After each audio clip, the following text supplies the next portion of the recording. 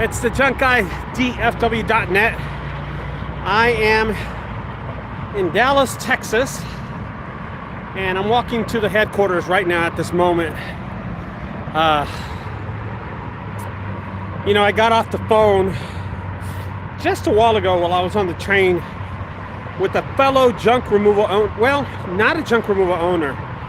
A fella that wants to start his junk removal company. And what I'm going to do is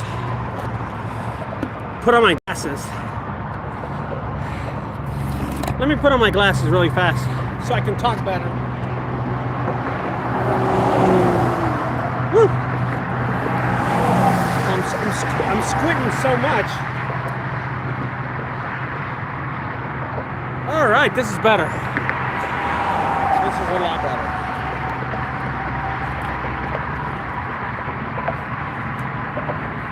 Oh, look at that. Whew. All right, so what's up, Alex? ¿Cómo está, amigo?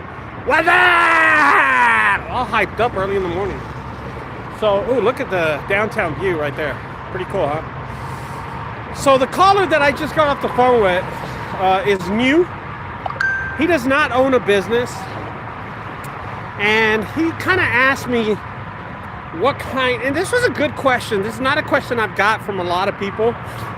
And I'm trying to think, when he asked me that question, I told him, wow, man, that's a great question. He said, mentally, Ricardo, what should I be prepared for when I'm starting my junk removal business?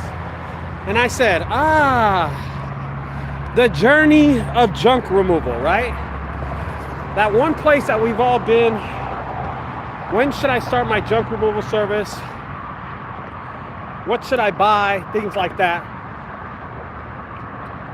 And really his mental state of where he should be as he starts his business.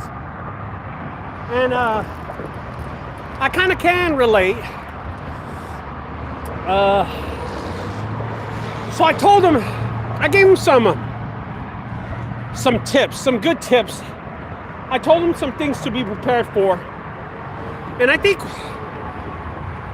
one of those tips is don't overthink the whole process of owning a junk removal service.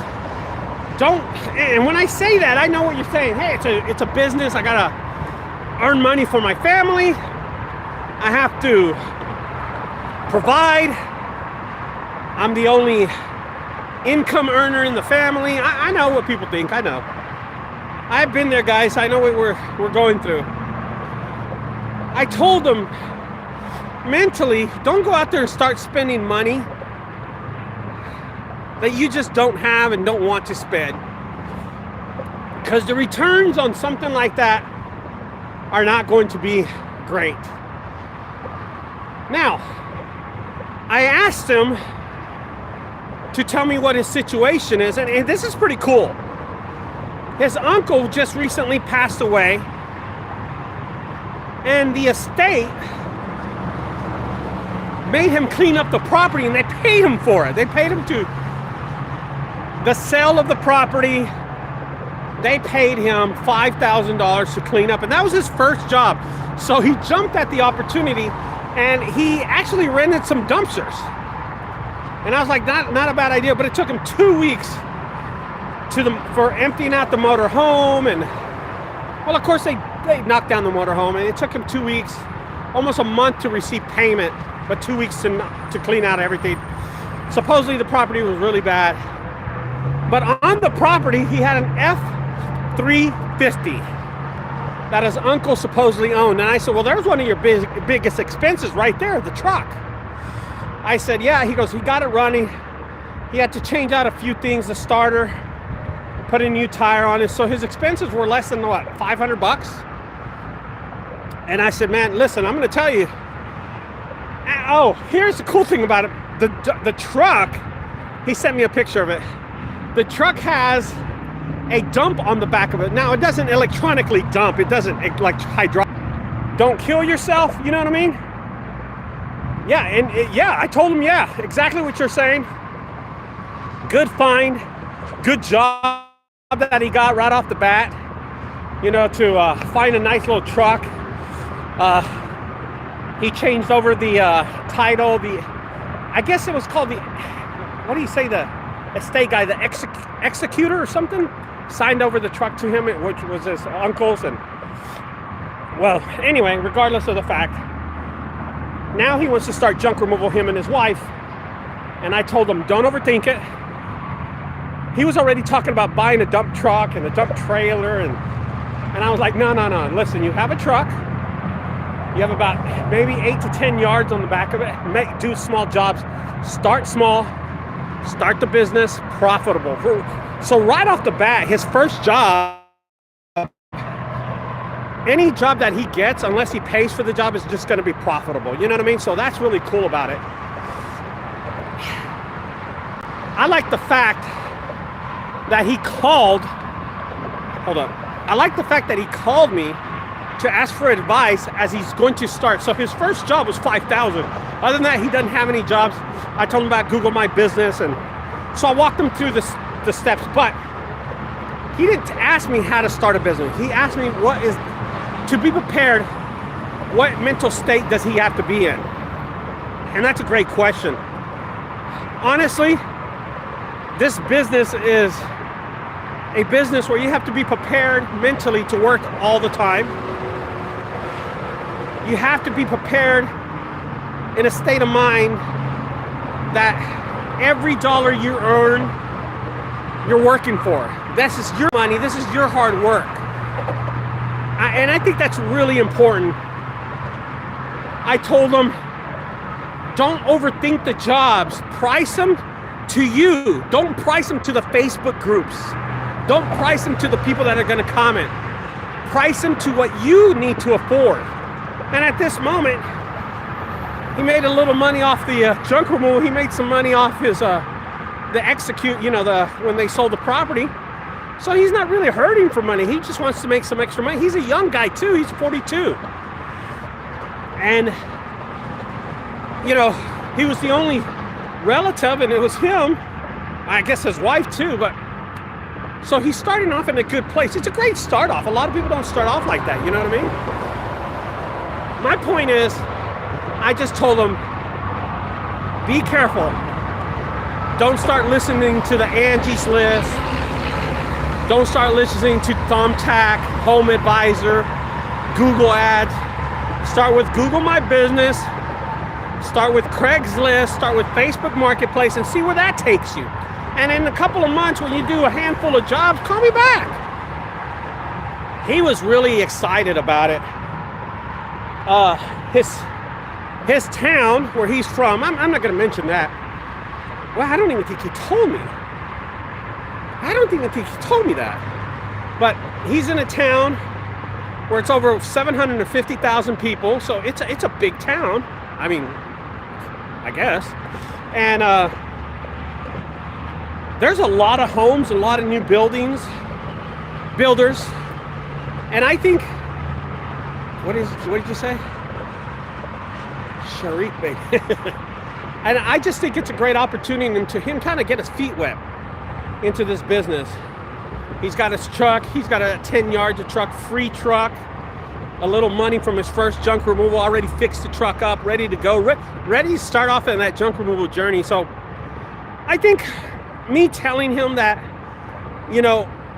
what to start off with him, I told him to get a website. He said he's going to build it himself. He doesn't know how to build it, but he's going to build it himself. He's kind of a cheapskate like me. I could tell in his tone of voice that he was talking about that he doesn't like spending money. I also can tell that $5,000 is a lot of money to him too. It's a lot of money to me. What the heck? But just the experience that he got from cleaning his uncle's house, that he likes the business. You know what I mean? That he likes junk removal. So his dump fees in his area are $38. That was pretty cool. They're really cheap. Mentally, when you start junk removal, I told him that he has to get ready to hustle. He has to get ready to put almost every hour of his day into this as he's starting out in this journey. There's so many expectations that you put on yourself when you start junk removal. I gotta make money, I gotta pay my bills, I gotta owe this, I owe that. So I definitely told him about that.